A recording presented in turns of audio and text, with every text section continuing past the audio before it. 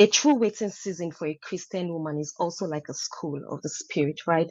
True waiting, God takes us through a kind of like an academy where he's our teacher, he's our trainer, and he's our tutor, right? He invades the hidden parts of our lives, our dreams, our mindset, our characters, our spirituality, and all this happen during the waiting season.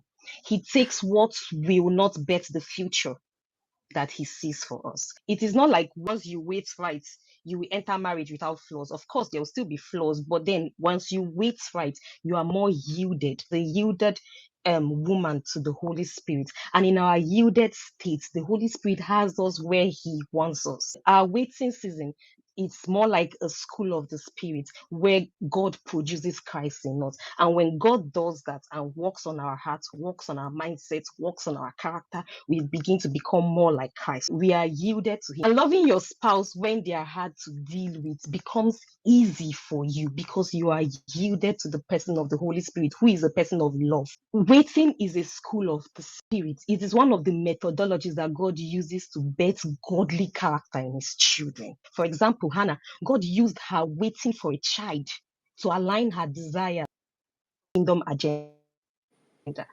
Even though she was being mocked by her co-wife Penina, God was betting something inside of her. It was seeming as if, Lord, Penina has this amount of children, and then me, I'm just here. But God was betting something inside of her. He was opening her eyes to see that children were not just a product of a marriage, but that God has a purpose and an assignment for every child that is born into a marriage. When I first started desiring marriage, it wasn't the time that my waiting season started. I've always been a lover girl, reading Mills and Bones. I've always desired to have a husband, to have my children, to have that. I watched Cinderella, Rapunzel, all those kind of movies, mushy mushy movies. But that wasn't when my waiting season started. But the time my waiting season started was when God started leading me to spiritual mentors, started leading me to start reading godly books on marriages, resources, teachers, leaders that have a solid understanding of God's purpose for designing the marriage institution and how I can align my desires. Those my desires, I align them to his, right? He started teaching me that the marriage institution were beyond kisses. The marriage institution was beyond romance and what I read in my novels, right? So you see, who you become in the waiting season is more important than what you receive at the end of that waiting. God's goal is not merely to bring that man your way, but to make you a woman who can partner with his kingdom agenda through her marriage. Because marriage has a purpose for every of God's son and daughter that he links together, he connects together. God has a purpose for that union. When Abraham started waiting for a son, he was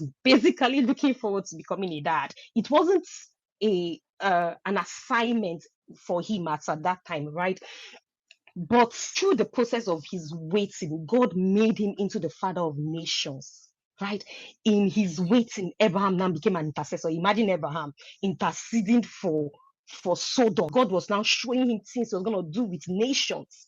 He became a friend of God. He started negotiating for the destiny of nations through his waiting season.